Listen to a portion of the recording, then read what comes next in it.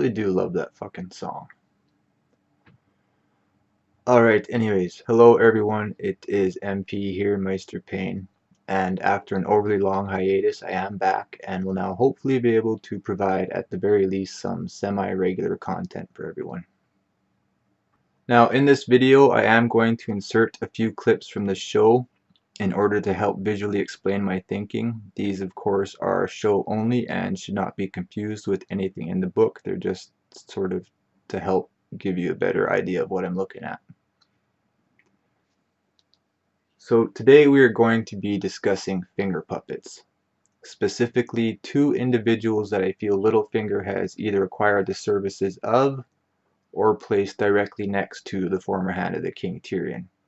We could possibly argue that one or even both of them were actually placed next to Tywin beforehand, but I'm not certain on that. It was just way back when my original line of thinking, and there is a little bit of evidence to suggest that as well. These two are of course being the Whore and the Sellsword, Shae and Bronn. Now, for the sake of hedging my bets, I'm going to say right now that I'm far more certain of Shae's involvement as a puppet than I am of Bronn's. However, there is one certain scene from the book that I keep getting pulled back to in regards to Bronn, and we will get to that a bit later. Now, one of the first things I should mention, and this is an observation pointed out to me by Claire, aka Clarice as I sometimes call her, and this is that they both have a eerily similar arc as Littlefinger, in that they start from meager beginnings and seem to rise in status throughout the story. Littlefinger, of course, in the history of the story, started off with hardly anything and he's worked his way up. Shae starts out as a camp follower and ends her story in Tywin's bed. It could be argued that she technically started her story in Tywin's bed, although that is never said. It is possible. I'm not going out on a limb saying that yet. It's just something to look at. Bronn himself is just a sellsword who then becomes knighted and married off to Lawless Stokeworth. And given the right murder or two, he could be in line for a lordship. And in the show, I believe he is also placed as captain of the City Watch in King's Landing. Now, we know from book narrative that this is how Littlefinger works. During his rise to power, he has placed those of low or middling birth into positions of high status. Now, this could just be so that people are indebted to him and owe him favors, or in Littlefinger's demented mind, it is possible that he has a righteous cause in store. I'm uncertain about that, but it's something to think about.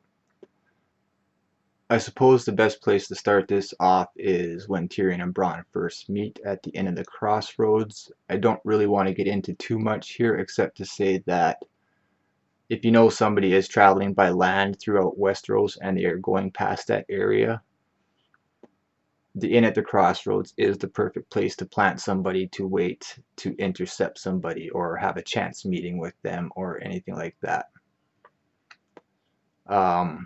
I would also point out that the quickness of how Tyrion and Bronn become close, fast friends,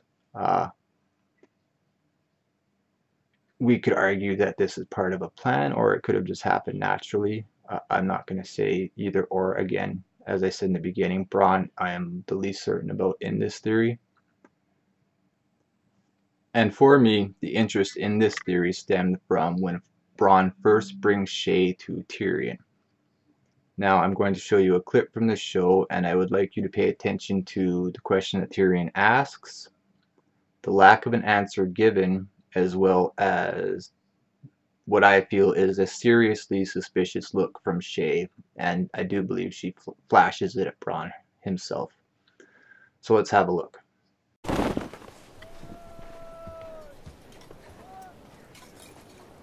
Where did you find one so pretty at this hour?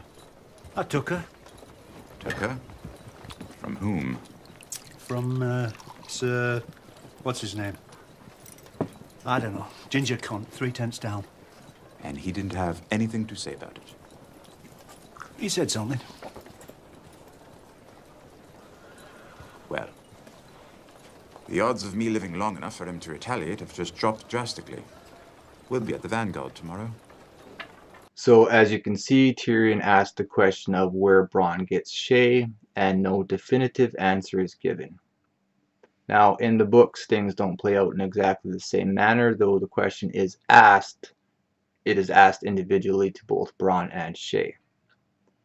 First, the question is asked to Bronn. After sleeping with Shae, Tyrion waits until her eyes are closed and her breathing deep and steady. Then he rolls out from beneath her gently, so as not to disturb her sleep. He leaves the tent to take a piss and finds Bronn still wide awake, and notes that the sellsword did not seem to sleep like other men. He then asks the question, "Where did you find her?" "I took her from a knight. The man was loath to give her up, but your name changed his thinking somewhat." Pause. That and my dirk at his throat. We then have Tyrion remark that he would know the knight's name, as he'd rather not have him next to him in battle. Bronn does not give a name and says not to worry, as Tyrion will have him beside him during battle. Tyrion then proceeds to return to the tent, and upon entering, finds Shae awake, and he repeats the question to her. Shae names a minor retainer of an insignificant lordling. So she does give Tyrion a name, but she doesn't stop there. She continues and says, "You need not fear his like, my lord," the girl says, her fingers busy at his cock. This does two things. It ends the conversation, as Tyrion now has better things to do, and it also provides us, the reader, with a clue that Shae, at the very least, has overheard the conversation between Bronn and Tyrion, as Tyrion only mentions his worry and or his fear of the man to Bronn. He does not mention it to Shae, yet she decides to include the comment, "You need not fear his like, my lord." Now this in itself is not yet adequate proof, but there is still more to come, so let us move on. Now continuing with Shae, at various times in this series we have Varys showing up in disguise. Tyrion himself remarks at how transformed the eunuch is, from his manner of walk and speech right down to his smell. Shae seemingly has a unique ability to see through Varys' disguises, something that disturbs Varys himself. Shae explains this off, and she says it is because she is a whore and this is how they stay safe. But personally, I'm going to assume that Varys has spoken to more than a few whores while he's been in disguise, and I don't think that they have ever picked up on what Shae picks up on. It's a good time to point out that, of course, Littlefinger does dabble in whores, and if you're trained under Littlefinger, maybe you would indeed be able to spot things like this, especially if you're trained to be a spy. Okay, so let's put Shae on hold for a moment and move on to the scene that gave me pause in regards to Bronn. At the end of Tyrion 9 in A Clash of Kings, Tyrion sends Pod to retrieve Bronn and Varys. Bronn arrives first and insists on lighting a fire in the hearth. I'm going to repeat that again. He insists on lighting a fire in the hearth. Of course, we learn far later on that inside the hearth is the passageway that leads into the tunnels of King's Landing. We also learn how well one can hear conversations from behind the wall. It should be noted that it is not until the fire is blazing that Varys arrives, and Tyrion demands to know where he's been. Now, Bronn lighting the fire could just be descriptive filler. It could just be a future plot device for rereaders to show that Varys could have been behind the wall himself, or somebody could have told Bronn to light that fire to make sure that Varys was not listening in on the conversation. How would Bronn know of the passage? Of course, in this theory, I'm going to say that it was Littlefinger that told him. Now, I'm not sure that we're ever given proof that Littlefinger knows or has access to the passages in King's Landing. There are a few possible hints here and there, like Littlefinger knowing of Varys' meeting with Illyrio, and I do believe that the passages themselves are kind of commonly known throughout the realm, or at least the city of King's Landing. You just might not know how to access them. Anyways, the scene does continue, and what follows is an uncanny foreshadowing of the Purple Wedding, initiated by none other than Bronn himself. Now we will pick up the story just after Bronn has stolen some food off of Tyrion's plate, and Tyrion chastises him for being so insolent. "You didn't look to be eating it," Bronn said through a mouthful of meat. "City is starving. It's a crime to waste food. You have any wine?" Next he'll want me to pour it for him, Tyrion thought darkly. "You go too far," he warned. Now I'm just going to stop there for a second. This to me is an organic plot device that will foreshadow the Purple Wedding. Now I do realize that the Purple Wedding has been foreshadowed in many different other areas, but as it applies to the rest of this scene, I'm going to say it's here for a reason. This is organic foreshadowing. There's no sinister motives in it, but what comes next, in my opinion, does have a little bit of sinister motives, and that is, "You go too far," he warned, "and you never go far enough." Bronn tossed a wingbone to the rushes. Ever think how easy life would be if the other one had been born first? He thrust his fingers inside the capone and tore off a handful of breast. "The weepy one, Tommen. Seems like he'd do whatever he was told, as a good king should." A chill crept down Tyrion's spine as he realized what the sellsword was hinting at. If Tommen was king, there was only one way Tommen would become king. No, he could not even think it. Joffrey was his own blood and Jaime's son as much as Cersei's. "I could have your head off for saying that," he told Bronn, but the sellsword only laughed.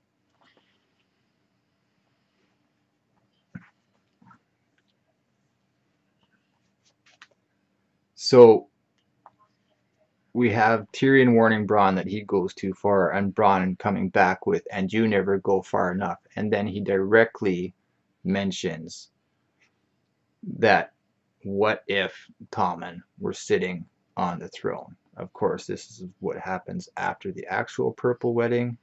In this theory, Littlefinger is having Bronn plant the seed to see if he could get Tyrion to do the deed himself. I don't think Bronn would ever have wanted Sansa and Joffrey's wedding to go on. I think in Littlefinger's plans for Sansa, he would prefer her to be unwed to anybody. It's easier to place her as heir to the north if she is unwed. So he kind of got ruined when she was wed off to Tyrion, but this is him trying to get Tyrion himself to do his dirty work for him just by planting the seed to see if Tyrion will fall for it and take action in that manner. This could absolutely be stretching. Like I say, Bronn is the least certain I am as far as these theories go, or as far as this theory goes, but I do take pause with the fact that he insists upon lighting that fire in the hearth. It's Bronn. He comes into the room, and in the narrative he says that the room's too gloomy, and he insists on fucking lighting a fire. I don't think Bronn is scared of the dark. I don't think he really gives a shit about the gloom. I think there's a reason he lit the fire, and that is because he didn't want anybody listening in on the conversation. Now, Varys and Bronn were both invited to the room, but it's not guaranteed that Bronn knows that Varys is going to show up. He might just think it's him and Tyrion talking. Anyways, that is kind of where my thoughts end for Bronn. I might add that before he leaves Tyrion in the Black Cells, he does pause to ask the question of what Tyrion will do next. This could be an honest question, or it could be that he is hunting for information. It is kind of funny that the last words Tyrion and Bronn exchange to each other is a question of, "So what are you going to do now? What's up?" Could be information hunting. Regardless, the sellsword has done quite well on the Ladder of Chaos. He has been dubbed Sir Bronn of the Blackwater, and at least for the time being is ensconced in a better position with his marriage to Lawless, and he does have eyes on a lordship. So let's return to Shae. So just before Joff's wedding to Marjorie, Shae helps Sansa to get ready. Now, it is here that Shae herself comes into contact with the hairnet. Now, I would just like to overthink this hairnet for a quick moment. Now, it is true that Sansa could have been given the hairnet with the poison already in it, but I kind of take issue with that in the fact that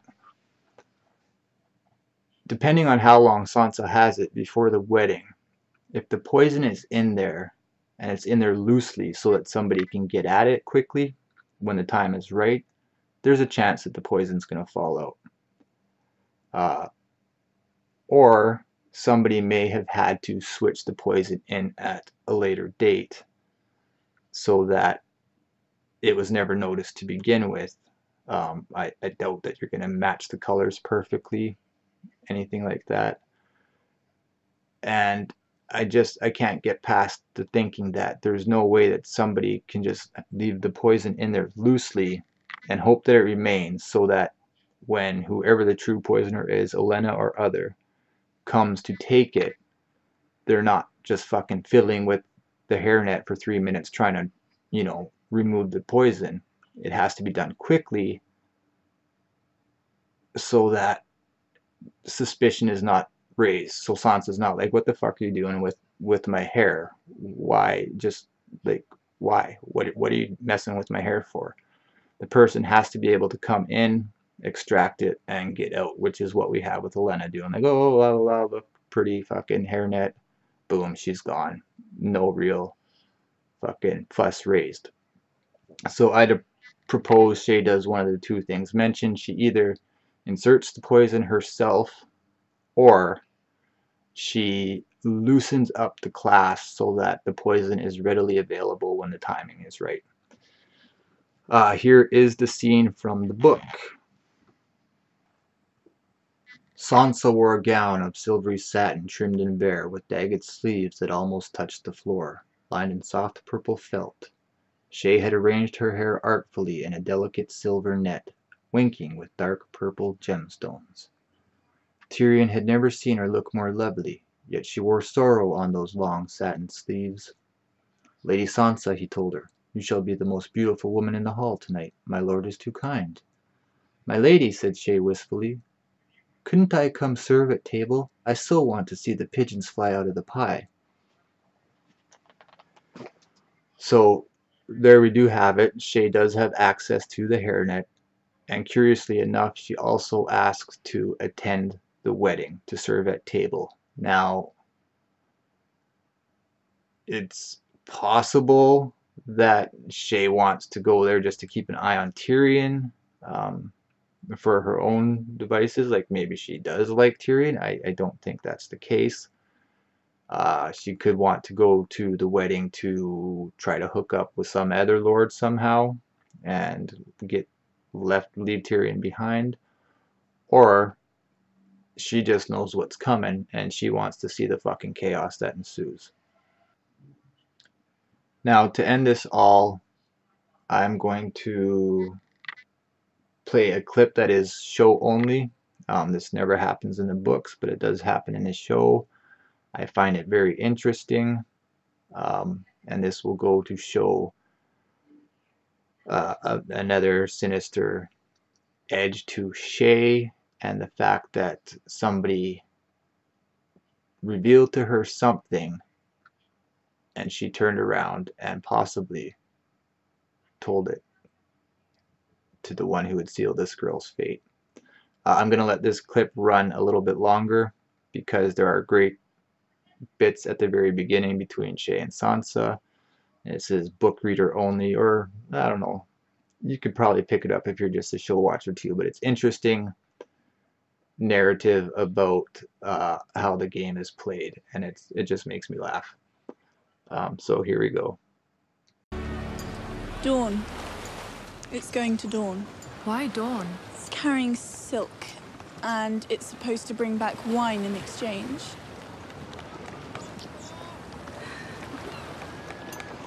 But it's not coming back. The captain's tired of risking his life so King's Landing lords and ladies can get drunk on better wine than they deserve. He's going to stay in Dawn. Wait out the winter where it's beautiful and warm. I met some people in Dawn who weren't so beautiful and warm. Don't ruin the game. I told you I don't want to play. What about that one there? That one? It's going to Volantis. Why? Because when I got on a ship in Volantis, it looked like that one. That's not how the game works. You're not supposed to just blurt out the right answer. You've got to invent a story about where the ship is going and why. Why should I make up a story when I know the truth? Because the truth is always either terrible or boring. Lovely day for it. Watching the ships. Lord Baelish. Might I speak with Lady Sansa alone for a moment?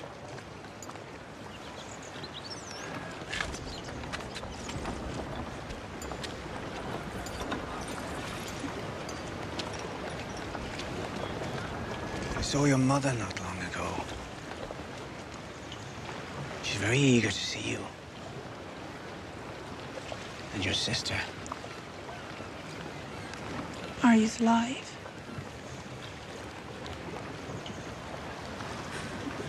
You said you'd take me home. You said King's Landing was your home. Well, the property of the Crown. Stealing you would be treason if you were to tell just one I won't person. tell anyone. How do I know? Because I'm a terrible liar. You said so yourself. Please, Lord Baelish, tell me what to do. Tell me when. I'm waiting for word on an assignment that will take me far away from the capital. When I set sail, I might be able to take you with me. But you'll need to be ready to leave on a moment's notice. You're her handmaiden. Yes. And you're his... I help manage his affairs. He's an important person.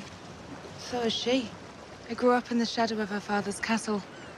The day she was born, they rang the bells from sunrise till sunset. We've both done rather well, you and I. Yes. Given where we started. And where is that? It's not easy for girls like us to dig our way out.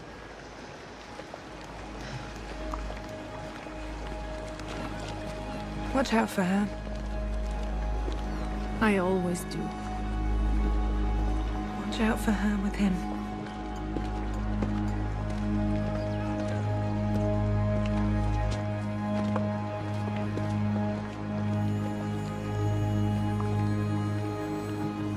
So as you can see, Roz fucks up and tells Shae to watch out for Sansa with Littlefinger. This, in my opinion, is Roz's undoing. This is what gets her killed.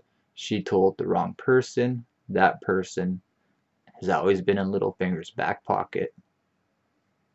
And she went to Littlefinger and told him exactly what Roz said. And I do believe this is the last time we see Roz alive. I'm not certain of that, but I think it is. So here is the final clip.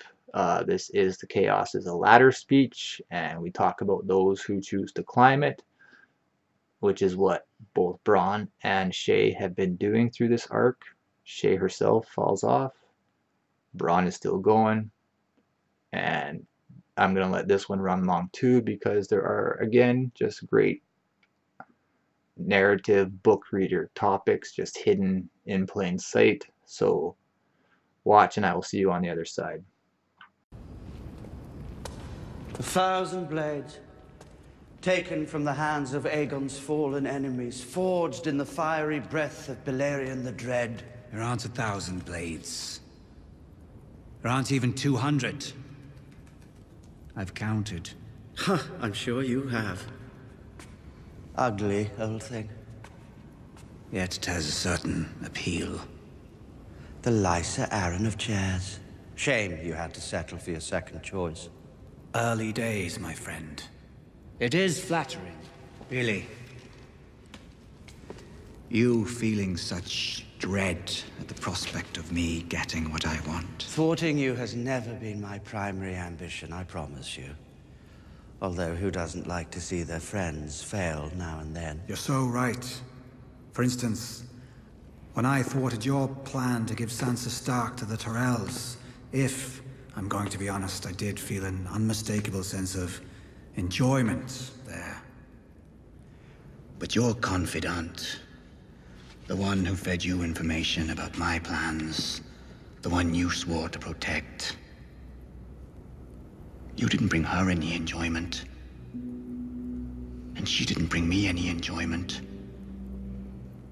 She was a bad investment on my part. Luckily, I have a friend who wants to try something new, something daring. And he was so grateful to me for providing this fresh experience.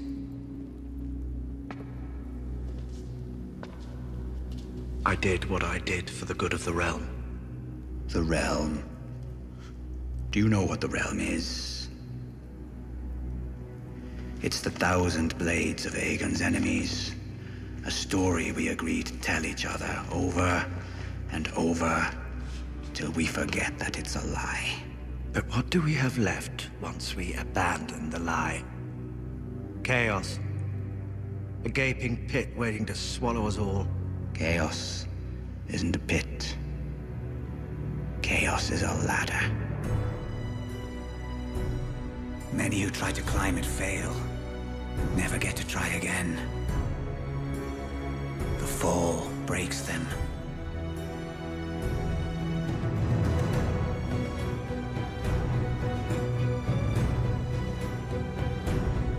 And some are given a chance to climb, but they refuse. They cling to the realm, or the gods, or love. Illusions. Only the ladder is real. The climb is all there is. Okay, so that is the theory. Just to quickly summarize, we have Bronn awake outside the tent when Tyrion's inside. We have Shae awake and listening while Tyrion is outside. We have Shae's ability to see through Varys' disguises, and Bronn's peculiar insistence on lighting the fire, and his suggestion, unwarranted by anything that anybody had said, of planting Tommen on the throne. Bronn himself bringing this up. We have Shae with access to the hairnet and her request to attend the wedding herself. And finally, the show only reveal that Roz telling Shae to look out for Littlefinger and Sansa, in my opinion, leads to her subsequent death soon afterwards. Anyways, that is the theory. I hope you all enjoyed it. I know this probably ran a little bit longer. I did have a lot of points to make. Hopefully the next ones will be quicker, but if you want the details and you want the evidence, they tend to run a little bit longer. So I hope you enjoyed it. Stay tuned, and I will be doing episode reviews this season. I have heard from the small council, so hopefully you will see me there as well. And I will see you soon. Thank you very much for watching, and don't forget to embrace the pain. Talk to you later.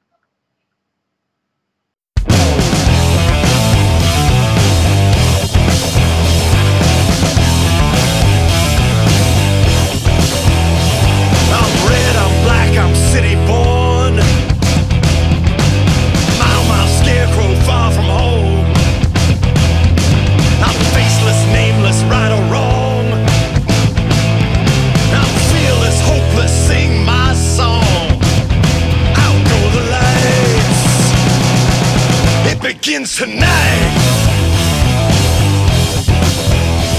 On stage with borrowed angels' sword and a crossword puzzle of stolen chords. I'm alive, but those I love are gone. Let's move tonight and take the throne. Out go the lights, it begins tonight. Oh,